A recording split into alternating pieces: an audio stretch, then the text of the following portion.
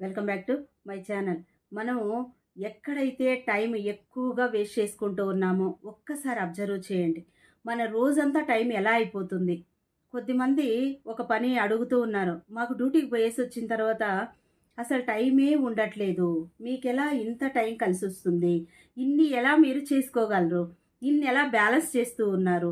అని అడుగుతూ ఉన్నారు. ఒక్కసారి మనం ఒక టైం టేబుల్ ప్రకారం మనకుండే 24 గంటల్ని మనం ఎన్ని గంటలు ఎక్కడ వెళ్తూ ఉన్నాం, ఎన్ని గంటలు ఏం చేస్తూ ఉన్నాం అనేది ఒక టు డూ లిస్ట్ రాసేసామనుకోండి,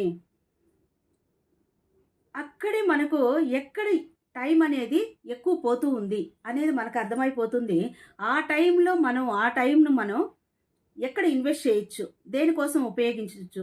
అంటే సోషల్ మీడియాలో మేడం నేను ఒక 1 అవరే అని చెప్పేసి టైం ఉంది గదా అని కొంచెం రిలాక్సేషన్ కోసం సోషల్ మీడియా ఆన్ చేస్తాను. ఒక్కసారి ఫేస్‌బుక్‌లోకి వెళ్తాను. ఫేస్‌బుక్‌లో నుంచి ఇన్‌స్టాలోకెళ్ళిపోతాను. ఇన్‌స్టాలో నుంచి యూట్యూబ్‌లోకెళ్ళిపోతాను.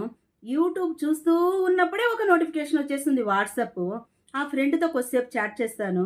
అంతలోనే ఇంకొక కాలొస్తుంది. ఆ కాల్ మాట్లాడేస్తాను. అయిపోతుంది టైము. 1 అవర్ అనుకున్నాను. 3 అవర్స్ నాకు మిగిలినటువంటి టైం అంతా 3 అవర్స్ కంప్లీట్ అయిపోయింది అని చెప్తూ ఉన్నారు. మరి 3 అవర్స్ కంప్లీట్ అయిపోయింది అనేది ఒక్కరోజు అనుకుంటే, మనం రెండో రోజు మళ్ళీ ఆ 3 అవర్స్ వేస్ట్ చేసుకోం కదా! మరి అలాంటప్పుడు మాకు రిలేషన్స్ ఇంపార్టెంట్ కాదా అంటే, రిలేషన్స్ మోస్ట్ ఇంపార్టెంట్.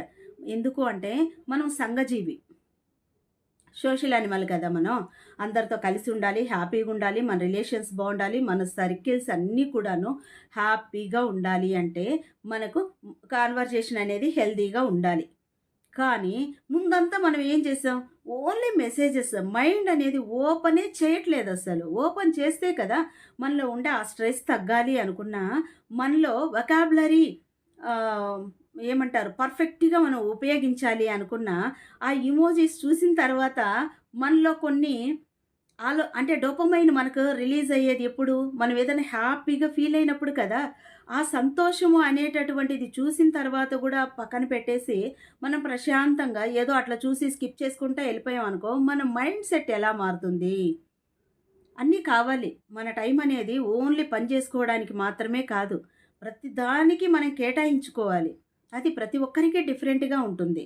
కాబట్టి మనం టైం కేటాయించేటప్పుడు ఎక్కడ మనం సోషల్ మీడియాలో ఎక్కువగా ఉన్నామా? లేదు బయట ఎక్కువగా టైం వేస్ట్ చేస్తూ ఉన్నామా? లేదు మన ఆలోచన విధానాన్ని మార్చుకోకుండా ప్రతిరోజు మనల్ని మనం దూషించుకుంటూ ఉన్నామా?